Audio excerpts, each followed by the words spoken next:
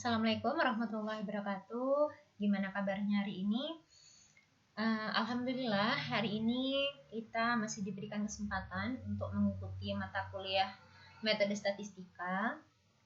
Setelah 2 minggu kemarin kita belajar tentang analisis korelasi, kemudian minggu kemarin kita bahas tentang analisis komparasi, dan hari ini kita akan membahas tentang analisis regresi.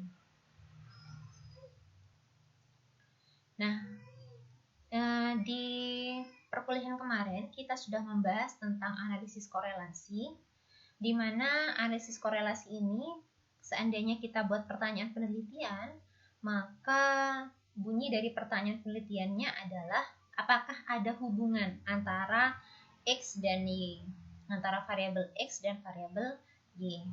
Kemudian rancangan penelitiannya adalah X, Y ini saling berhubungan. Jadi X mempengaruhi Y dan Y juga mempengaruhi X.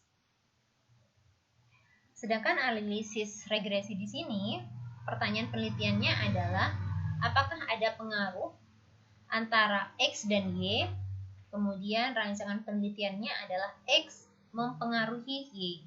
Jadi kalau analisis korelasi di sini hubungan timbal balik, sedangkan regresi ini hanya satu arah saja.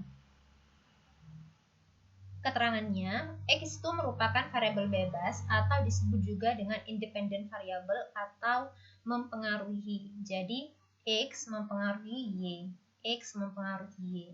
Sedangkan Y adalah variabel terikat atau disebut juga dengan dependent variable atau statusnya itu dia dipengaruhi. Jadi Y ini dipengaruhi oleh X. Seperti itu.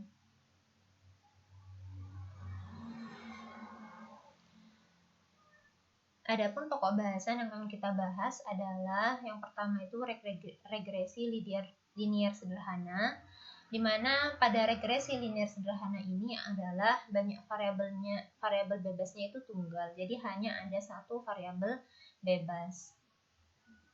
Jadi di sini X mempengaruhi Y. Sedangkan yang kedua adalah regresi linear berganda dua variabel bebas, di mana banyak variabel bebasnya lebih dari satu.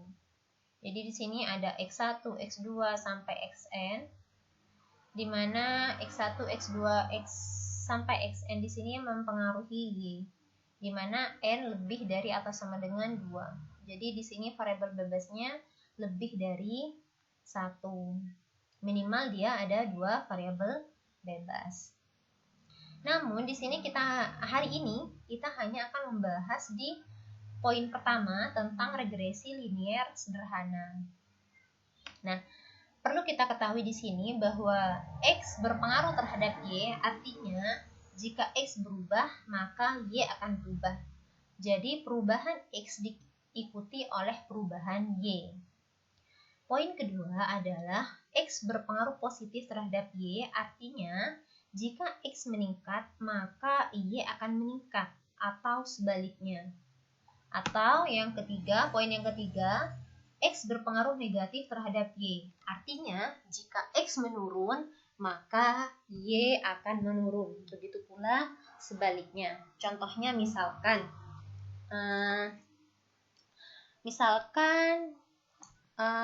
IQ terhadap prestasi ya. Misalkan X itu IQ, Y itu prestasi. Maka ini merupakan hubungan positif atau dia memiliki pengaruh positif. Artinya, jika IQ seseorang itu tinggi, maka besar kemungkinan prestasinya juga tinggi. Dan jika IQ-nya itu rendah, dimungkinkan juga prestasinya juga rendah. Misalkan kalau yang pengaruh negatif ya, misalkan banyak barang dengan harga barang. Kalau stok barang itu banyak, maka kemungkinan harganya akan menurun. Misalkan persediaan buah-buahan saat ini, misalkan mangga ya, mungkin mangga hari ini stoknya melimpah, sehingga ini berpengaruh kepada harga mangga yang mungkin dimungkinkan harganya menurun. Sebaliknya nanti kalau misalkan musim mangga itu sudah tidak mangga itu sudah tidak musim, maka dimungkinkan harganya akan meningkat. Jadi persediaan barang yang sedikit diikuti oleh harga barang yang tinggi. Ini kan termasuk pengaruh negatif atau hubungan negatif. Nah, kita mulai dari poin yang pertama tentang regresi linier sederhana. Persamaan regresi. Adapun persamaan regresi itu adalah Y topi sama dengan A tambah BX. Ini merupakan persamaan regresi. Nah, pada saat B sama dengan 0, X tidak berpengaruh pada Y. Tetapi ketika B tidak sama dengan 0, maka X berpengaruh kepada Y. Nah, kalau misalkan kita substitusi ya, di sini B-nya, kalau kita substitusi 0, maka ini akan diikuti oleh X yang akan bernilai 0. Sehingga Y-nya nanti sama dengan A. Otomatis kan, berapapun nilai X-nya, nanti ini tidak akan diikuti oleh nilai Y. Tidak akan diikuti oleh berubahnya nilai Y. Tetapi kalau B di sini memiliki nilai yang tidak sama dengan 0, maka otomatis nilai ketika X-nya berubah-ubah, maka ini akan diikuti oleh perubahan nilai Y. Artinya, kalau B sama dengan 0, maka X ini tidak berpengaruh kepada Y. Kalau X-nya memiliki nilai tidak sama dengan 0, maka X berpengaruh kepada Y. Nah, misalkan dari sebuah sampel acak diperoleh N, diagram pencar dari data tersebut berupa himpunan N buah titik bidang koordinat kartesius. Pada umumnya, titik-titik tersebut terletak pada satu garis lurus. Akan dicari pasangan garis lurus atau yang disebut dengan model linier yang merupakan garis lurus pendekatan terbaik dari titik-titik tersebut. Misalkan model linier tersebut adalah Y topi sama dengan A tambah BX. Nah, berapakah nilai A dan B? Nah, kalau digambarkan itu seperti ini. Jadi, ketika kita dihadapkan pada sebuah data ya, anggaplah nanti misalkan ketika X-nya berapa akan diperoleh Y berapa di sini. Kemudian ini juga nanti ketika X-nya berapa akan diperoleh ini kan ya. Dan seterusnya. Ini titik ini merupakan perpasangan antara nilai X dan Y. Nah, ini merupakan titik-titik yang berpencar. Nah, di sini kita akan mencari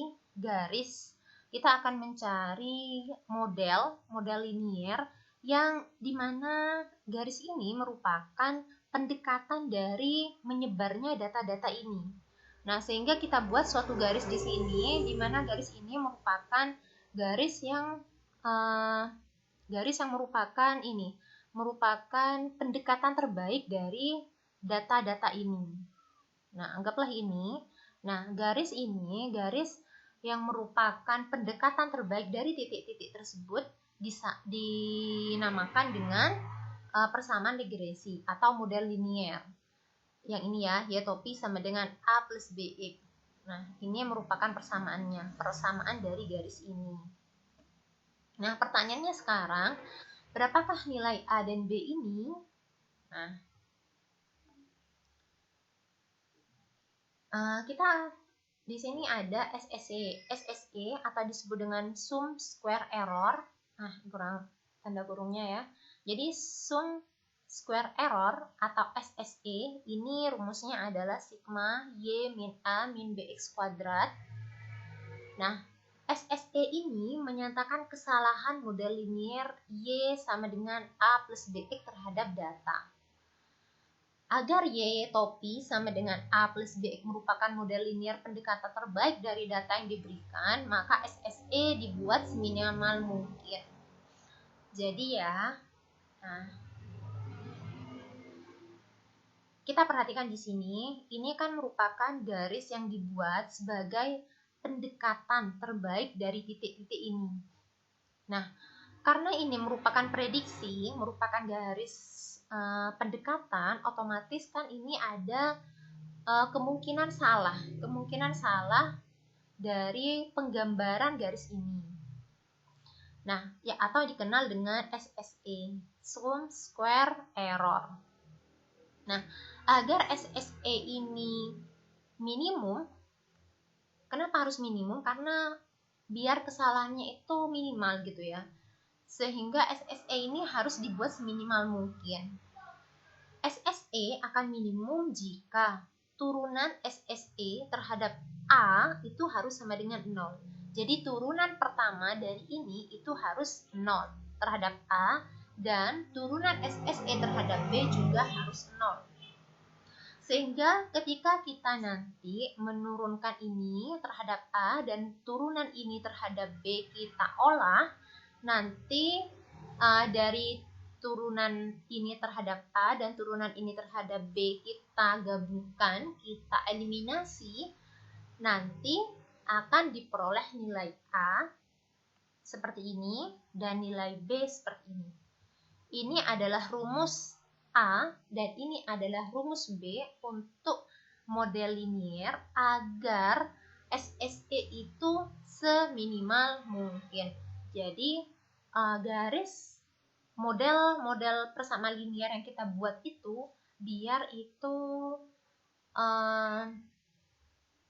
biar persamaan garis yang kita buat itu tepat gitu ya. Jadi meminimalisir kesalahan dari pembuatan garis pembuatan persamaan regresinya. Ini didapat ini ya. Jadi nanti silahkan kalian urai, kalian cari turunan ini terhadap A dibuat sama dengan 0, dan turunan ini terhadap B disama dengan 0. Kemudian dari hasil ini dan hasil ini kalian eliminasi BO dan eliminasi B dan eliminasi A. Nanti silahkan cari sehingga A-nya bernilai ini dan B-nya bernilai ini. Itu tugasnya.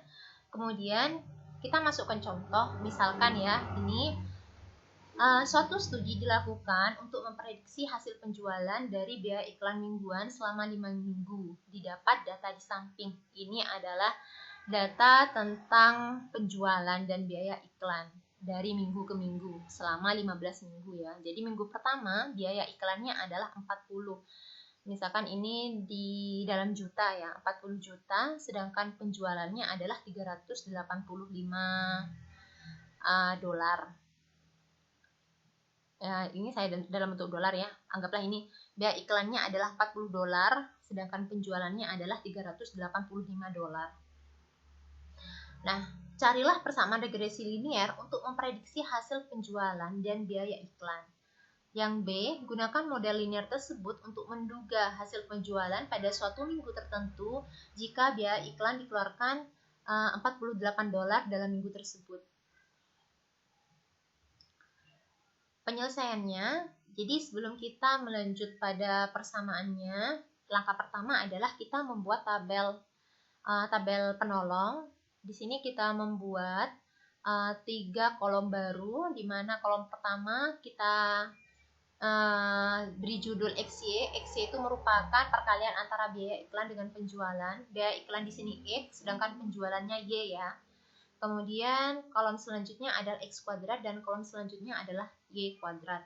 XY ini merupakan perkalian antara 40 dengan 385, didapat 15.400, sedangkan X kuadrat ini adalah biaya iklan dikuadratkan 40 kali 40, sedangkan Y kuadrat ini merupakan kuadrat dari 385, hasilnya ini 148.225. Begitu juga seterusnya, sedangkan baris terakhir kita buat jumlah dari biaya iklan dari atas ke bawah, jumlah penjualan dari atas ke bawah, dan seterusnya. Untuk menghindari kesalahan penjumlahan, kalian bisa menggunakan Excel untuk agar lebih tepat perhitungannya. Penyelesaian, jadi setelah kita membuat tabel penolong, selanjutnya kita cari nilai A dan nilai B. Kita substitusi angka-angka ini kita substitusi nilai dari masing-masing simbol di sini ya. Sigma X kuadratnya tadi dapat ini, kemudian sigma Y-nya dapat ini, dan seterusnya. Nanti hasilnya adalah 349,875. Kemudian nilai B-nya disubstitusi semua ke rumus ini, nanti dapat 3,175. Pertanyaan yang pertama adalah persamaan regresi linier. Jadi kita tulis persamaan regresi liniernya, kemudian substitusi nilai A dan B pada rumus. Nanti didapat ini. Kemudian yang kedua, hasil penjualan jika biaya iklannya $48 adalah ini. Jadi kita tinggal mensubstitusi X-nya dengan 48, didapat 502,275. Ini merupakan jawaban dari pertanyaan tadi ya. Jadi bisa ditaksir dengan persamaan regresi linear ini, kita bisa menaksir nilai dari suatu data nantinya. Inferensial regresi linear sederhana. Jadi jika kita melakukan penelitian terhadap sampel, maka persamaan regresi linear yang kita gunakan adalah Y topi sama dengan A plus BX ya.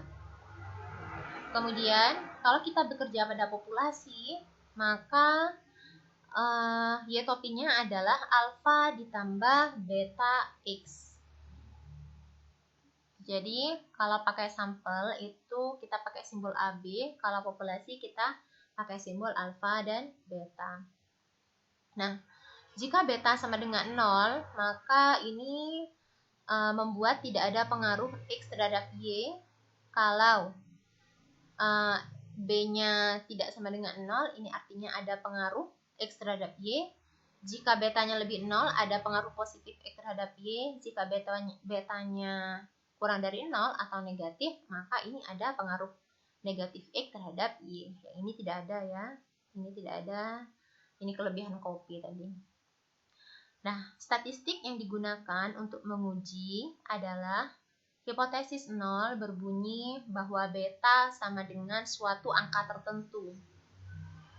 Bahwa beta sama dengan suatu angka tertentu. Sedangkan statistik yang dipakai adalah uji T, di mana T ini adalah B dikurangi beta per S dibagi akar S X.